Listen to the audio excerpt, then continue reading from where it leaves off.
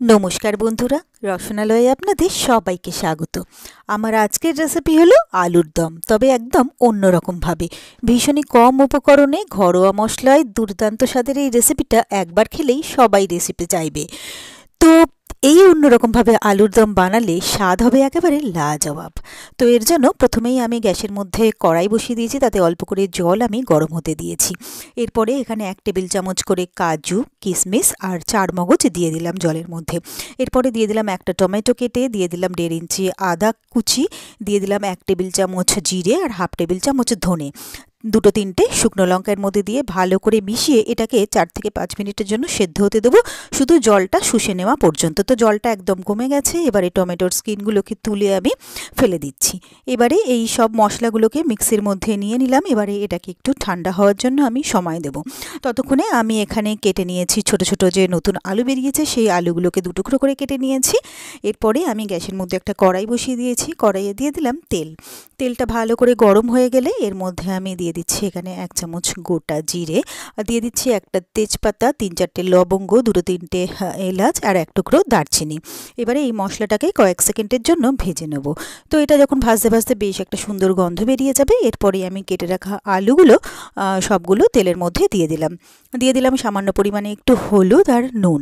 এবারে এই নুন আর হলুদটা আলুর সাথে ভালো করে মিশিয়ে নিয়ে আলুটাকে আমি ভালো করে ভেজে নেব। তো আলুটা যতক্ষণে ভাজা হতে থাকবে ততক্ষণে আমি মশলাটা তৈরি করে নেব।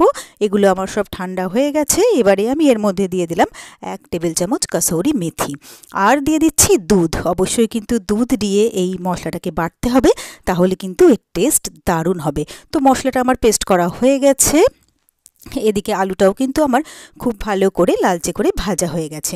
এবারে যে মশলাটা তৈরি করলাম সেই মশলাটাকে আমি এর মধ্যে দিয়ে দিলাম মশলা ধোয়া জল। এবারে আমি দিয়ে দিচ্ছি এখানে হলুদ, দিয়ে দেবো স্বাদ মতো নুন, আর এখানে দিয়ে দেবো 1 চামচ কাশ্মীরি লাল লঙ্কার গুঁড়ো।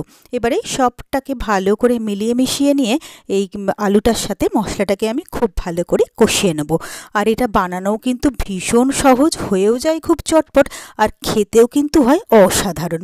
তো মশলাটা কষিয়ে নেওয়ার পরে এবারে এখানে আমি প্রয়োজন মতো গরম জল দিয়ে দিলাম। তারপরে ভালো করে মিলিয়ে মিশিয়ে নিয়ে এটাকে কয়েক মিনিটের জন্য ঢাকা দিয়ে দেবো, আলুগুলো যাতে ভালোভাবে সেদ্ধ হয় তার জন্য। তো এরপরে ঢাকনাটা খুলে নিলাম, নেড়েচেড়ে দেখে নিলাম আলুগুলো কিন্তু আবার খুব ভালোভাবে সেদ্ধ হয়ে গেছে। এরপরে এখানে আমি দিয়ে দিচ্ছি স্বাদ মতো চিনি, আর দিয়ে দিচ্ছি বেশ খানিকটা কুচিয়ে নেওয়া ধনেপাতা।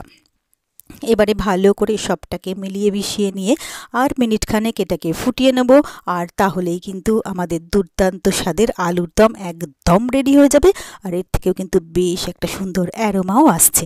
তো আলুর দম আমার হয়ে গেছে। গ্যাসটাকে অফ করে এবারে আমি সার্ভিং বলে আলুর দম তুলে নিচ্ছি সার্ভ করার জন্য।